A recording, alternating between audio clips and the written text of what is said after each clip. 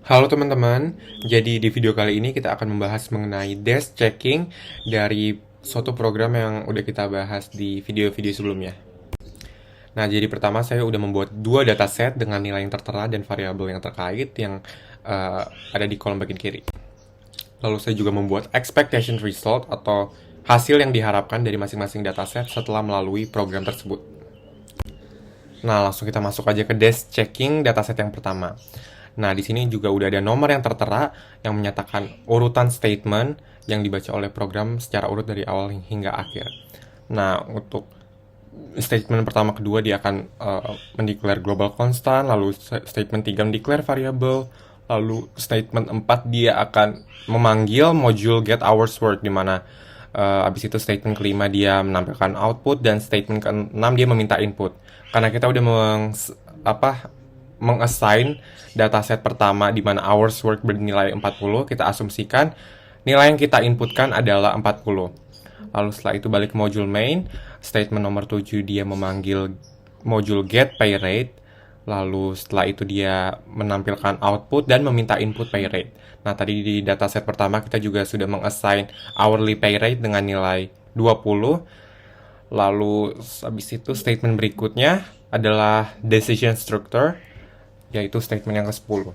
Nah, di sini kita dapat lihat bahwa hours work itu nilainya sama dengan normal hours, sehingga dia akan masuk ke statement yang 15 dengan nomor 15.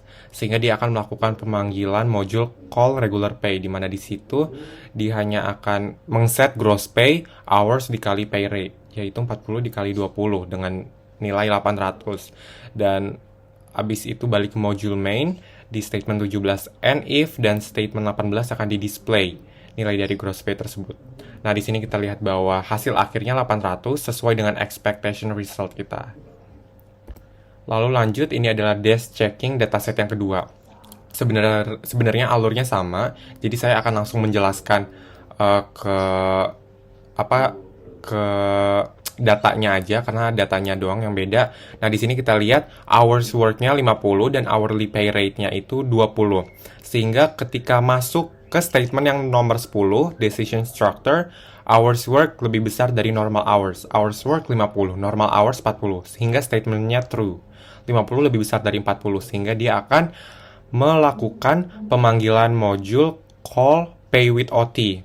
Nah, di sini pada module call pay with OT, dia akan mendeclare variabel-variabel, mengassign nilai pada overtime, lalu juga mengassign nilai pada overtime pay, dan mengassign nilai pada gross pay, yang pada akhirnya didapatkan nilai pada gross pay adalah 1100. Lalu kembali ke module main, langsung ke end if, lalu di display hasilnya. Nah, dari sini kita lihat bahwa hasil akhirnya 1100 sesuai dengan expectation result kita. Nah, jadi dapat dikatakan bahwa hasil dari kedua dataset itu sesuai, dan program dapat berjalan dengan baik dan benar. Jadi begitu. Nah, jadi sekian pembahasan terkait desk checking, dan juga menutup video pembahasan dari soal-soal yang sudah dibahas di video pertama terkait mengenai IPO chart, pseudocode, hierarchy chart, flowchart, dan desk checking.